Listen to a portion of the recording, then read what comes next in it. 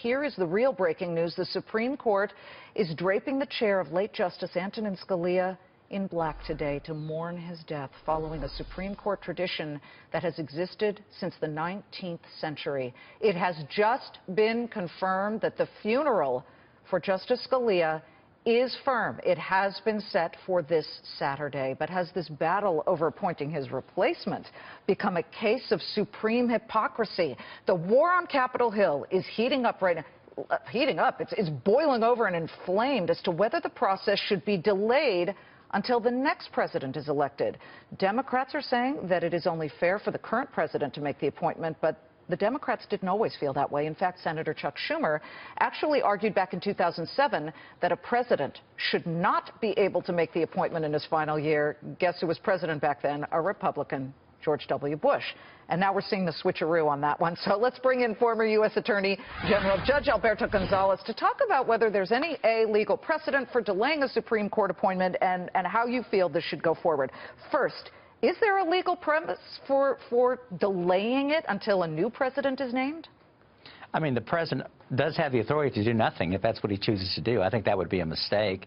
I think if a vacancy occurs on the U.S. Supreme Court, the president has, I think, has a duty and a responsibility to fill that vacancy at the time of his choosing. When he believes that he's identified a qualified candidate, he should go ahead and make the nomination. And then it's up to the Senate to decide what it wants to do. It controls its own calendar, and the Senate leadership, which is currently in the hands of Republicans, can decide whether or not they want to delay on a hearing or whether or not they want to delay on a floor vote. And so it's, you know, again, the president has a job to do, and once the president does his job, then it's up to the Senate to do its job at a time of its choosing. And you served under a Republican president, and so that almost gives you more cred as far as I'm concerned, because you are simply behaving as a judge would or should behave. Although, as we bring it up, the supreme hypocrisy that we were talking about in the morning news, we got to call it that, because Chuck Schumer had said back when President Bush was president, nope, we should wait.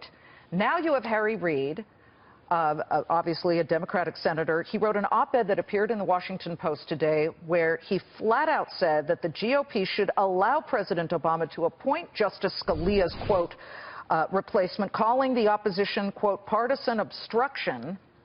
But let me then flip to Mitch McConnell. Back in 2005, you could rewind to that when he simply said, the Constitution is at stake. Article 2, Section 2, the president and the president alone nominates judges. And now Mitch McConnell is saying, hold off. This makes people really lose faith in D.C. Well, this is a very political process, the process of confirmation.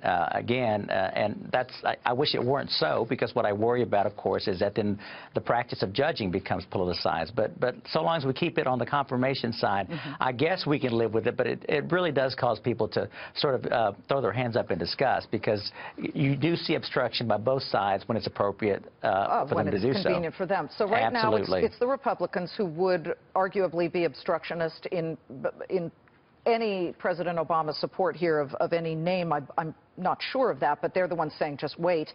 So this sort of wait to nominate, the purists, I'm assuming you're one of them, might conclude that that's actually in and of itself disrespectful to Scalia's memory. He was a strict constitutionalist, and if you're going by Section 2, Article 2, it says the president nominates the Supreme Court justices. Right. And listen, I'm not saying that President Obama should go ahead and do it. What I'm saying is he certainly has the authority to do it. And if he believes in his judgment that he's identified the appropriate candidate, then nothing should stop him. He should go ahead and make the nomination. The Senate has consulted and provided advice that he should wait, but nothing prevents him under the Constitution from moving forward. And then it's totally within the hands of the Senate to decide whether or not it wants to hold hearings and have a floor vote. Which brings us to this, that there are a bunch of senators who are actually up for re-election, pitched battles, I would assume, among them Rob Portman, we could put up the list, Pat Toomey, Ron Johnson.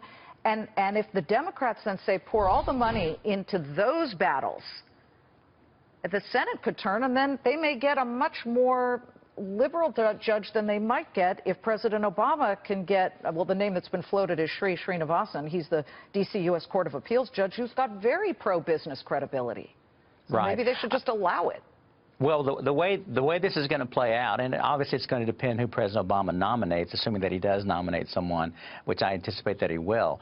It could have an effect on the Senate elections this fall. And so I think Republicans need to be careful about how they approach this. And perhaps it may have been better not to make a big pronouncement at the death of Justice Scalia and kind of let the business proceed as normal. I agree with you. Do you have a pick? Is there somebody you feel would be wonderful for this? Well, I suspect the people that would be on my short list are not on President Obama's short list. Okay. I think we have different views about who should go on the court. I hear you. I hear you. But you certainly have a solid view of being a constitutionalist. Great to see you, Judge. Thank you. You bet. Thank you. Judge Alberto Gonzales, former U.S. Attorney General.